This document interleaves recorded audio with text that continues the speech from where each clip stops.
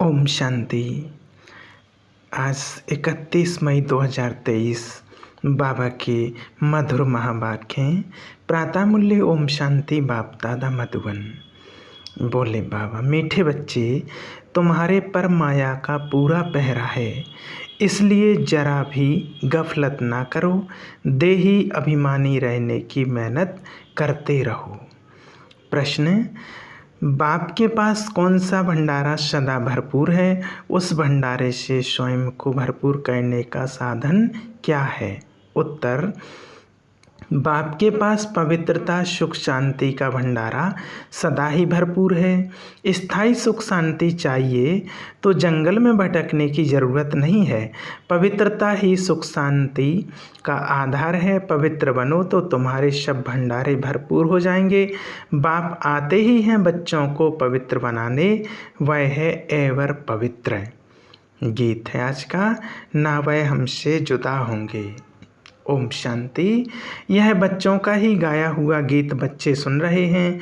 यह बच्चों की आत्मा कहती है अब बच्चों को देही अभिमानी बनना है, अर्थात अपने को आत्मा निश्चय करना है, ना कि परमात्मा। जैसे सन्यासी लोग कहते हैं आत्मा सो परमात्मा, इसे उल्टी गंगा कहा जाता है। अब बाप समझाते हैं, इतना समय तुम सब देही अभिमानी बनते आए हो, अब देही अभिमानी बनो। यह शिक्षा मिलती है वापस घर जाने के लिए। फिर सतयुग में तो है तुम्हारी प्रारब्ध।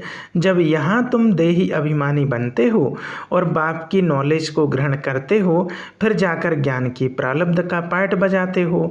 वहाँ तो देह अभिमान व देही अभिमानी का प्रश्न ही नहीं है। इस समय तो मनुष्यों को पता ही नहीं है कि हम आत्मा हैं, हमारा बाप परमात्मा है, बिल्कुल ही मूझ गए हैं। सन्यासियों ने कहा कि हम तुम सब परमात्मा हैं, जिधर देखता हूँ तू ही तू है। इसमें तो कुछ भी फायदा नहीं होता। वो लोग तो इसको भावना समझते हैं, परंतु सबकी भावना तो एक जैसी नहीं होती है। एक ही घर में बाप बच्चे को भी भावना एक जैसी नहीं रहती है। कहाँ देखो बच्चे बाप को भी मार डालते हैं, क्योंकि घोर अंधियारा है, सब पतित हैं। अभी तुम बच्चे स्वदर्शन चक्रधारी बनने से ही तुम राजा रानी बनते हो। तो बाप बच्चों को बार बार कहते हैं देही अभिमानी बनो। ऐसे समझो मुझ आत्मा को परमात्मा बाप अपना परिचय देकर पढ़ा रहे हैं, हमारे संस्कार बदला रहे हैं। आत्मा ही संस्कार ले जाती है, शरीर तो खत्म हो जाता है। बाबा अभी हम आपके साथ ही योग लगाएंगे, यह हमारा वायदा कभी मिट नहीं सकता। भल पवित्रता पर अनेक प्रकार के विघ्न पड़ेंगे, बहुत कुछ सहन करना पड़ेगा। बच्चियां कहती हैं बाबा यह सितम सहन करूंगी, जैसे दुख के समय मुख से निकलता है ना, हाय राम, हे प्रभु।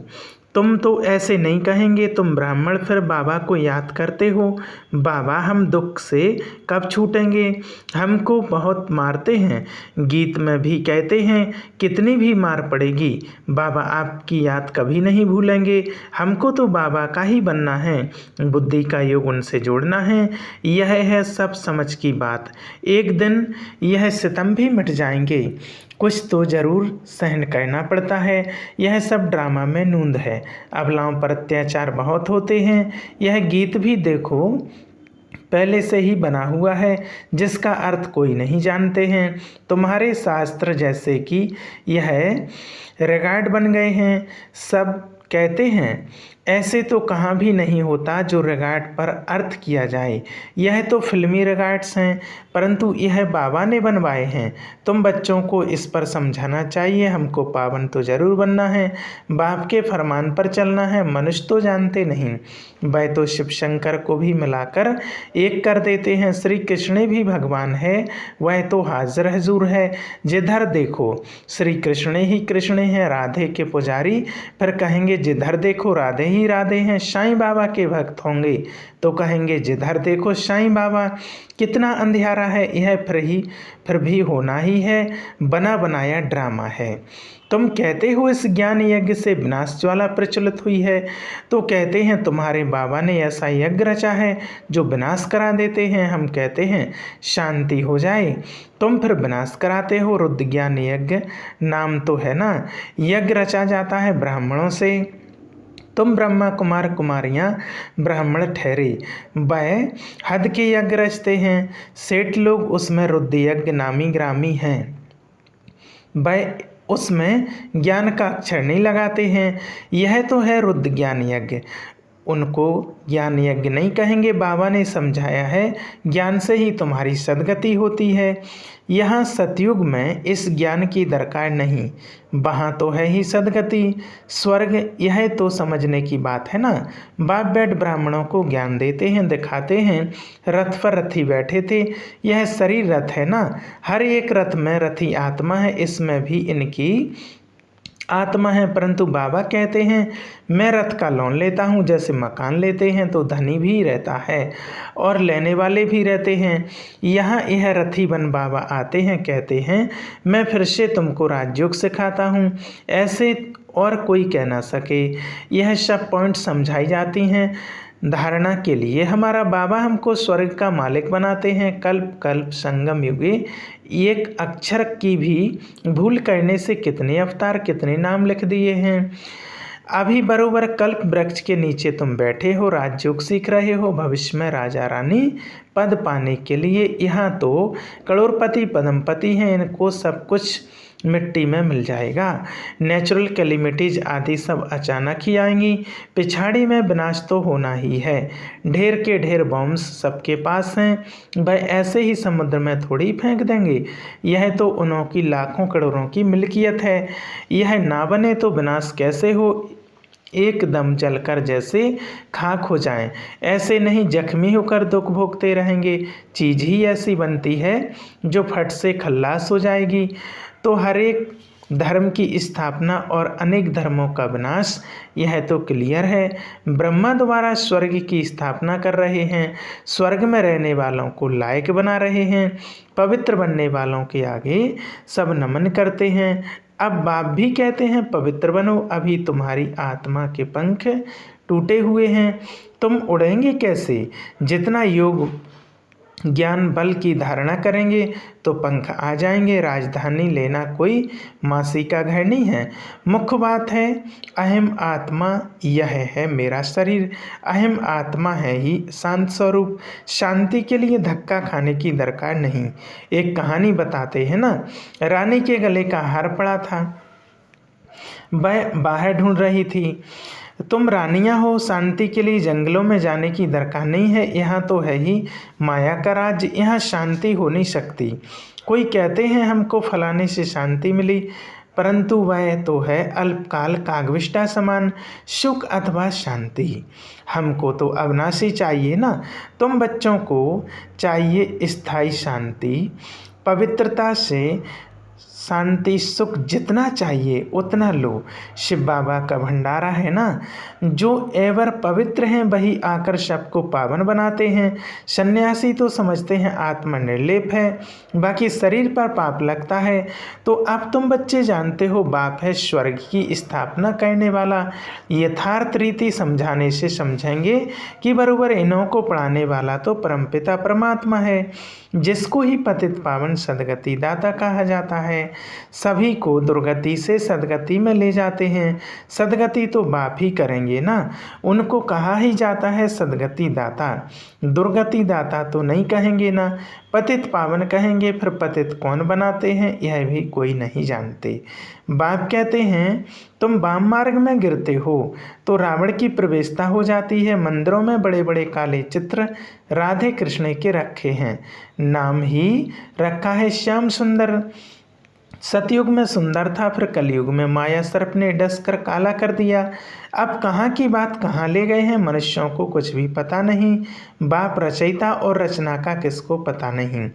बाप बच्चों को समझाते हैं, बच्चे खबरदार रहना, माया बड़ी कड़ी है, इस समय तो तमोप्रधान है, किसको भी पछाड़ने में देरी नहीं करती, एकदम नाक से पकड़ कर गिरा देती है। यह है युद्ध स्थल। इसलिए बाबा बार बार समझाते हैं, तुम अपना कल्याण चाहो तो देही अभिमानी बनो, अपने को आत्मा समझ बाप को याद करो तो अंतमति सोगति हो जाएगी। सब संस्कार सामने खड़े हो जाते हैं।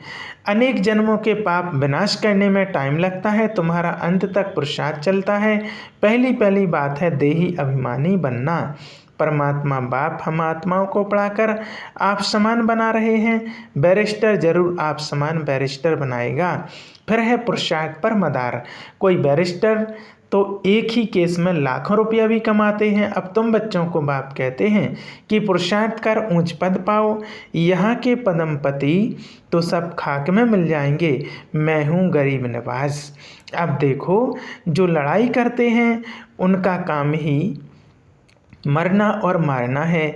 वह संस्कार ले जाते हैं, जन्म भल गृहस्थी के घर में लेंगे, परंतु फिर लड़ाई में चले जाते हैं। बाबा तो बहुत सहज समझाते हैं, जन्म जन्म के पाप हैं, इसलिए योग बहुत अच्छा चाहिए, तभी विकर्म विनाश होंगे। सिर से बोझा कैसे उतारें, इसके लिए जितना हो सके उतना बाप को याद करना चाहिए। बाबा आप कितने मीठे हो। बाप कहते हैं लाडले बच्चे गफलत नहीं करना, माया पूरा पहरा देती रही है, इसलिए देही अभिमानी भव। यह है बुद्धि योग की रेस, इसमें ही सब कुछ है। बाबा बार बार कहते हैं अपना कल्याण चाहते हो तो योग बहुत अच्छा चाहिए, फिर बहुत हर्षित रहेंगे।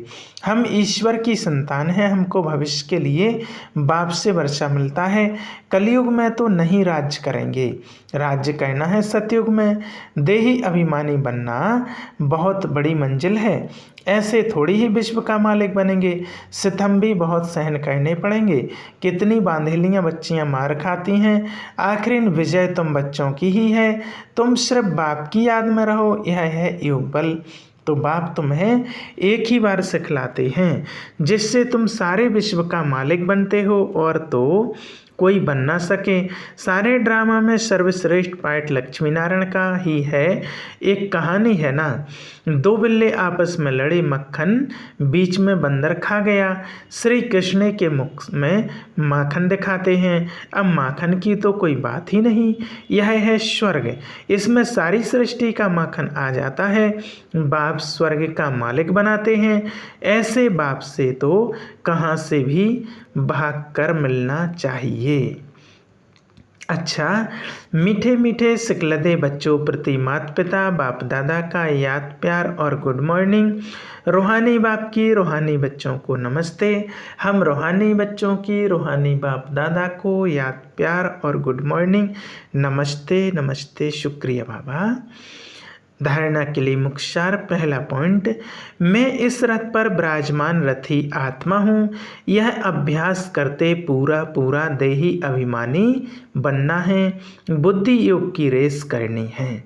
दूसरा पॉइंट है, पूरा नष्टो मोह बनना है। इस अंतिम जन्म में जितना सितम सहन करते भी पावन जरूर बनना है। आज का वरदान, नथिंग न्यू की स्मृति से सब प्रश्नों को समाप्त कर बिंदी लगाने वाले अचल अडोल भव। कोई भी बात होती है तो आप बच्चों को यह ज्ञान है कि नथिंग न्यू हर सीन अनेक बार रिपीट की है। नथिंग न्यू की स्मृति से कभी भी हलचल में नहीं आ सकते, सदा ही अचल अडोल रहेंगे। कोई नई बात थोड़ी होती है तो आश्चर्य से निकलता है, क्या यह ऐसा होता है क्या? लेकिन नथिंग न्यू तो क्या क्यों का क्वेश्चन नहीं, फुल स्टॉप आ जाता है।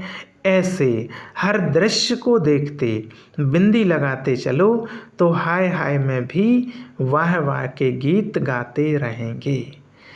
स्लोगन, सुखदाता बाप के सुख स्वरूप बच्चे बनकर रहो तो दुख की लहर आ नहीं सकती है। अच्छा, ओम शांति।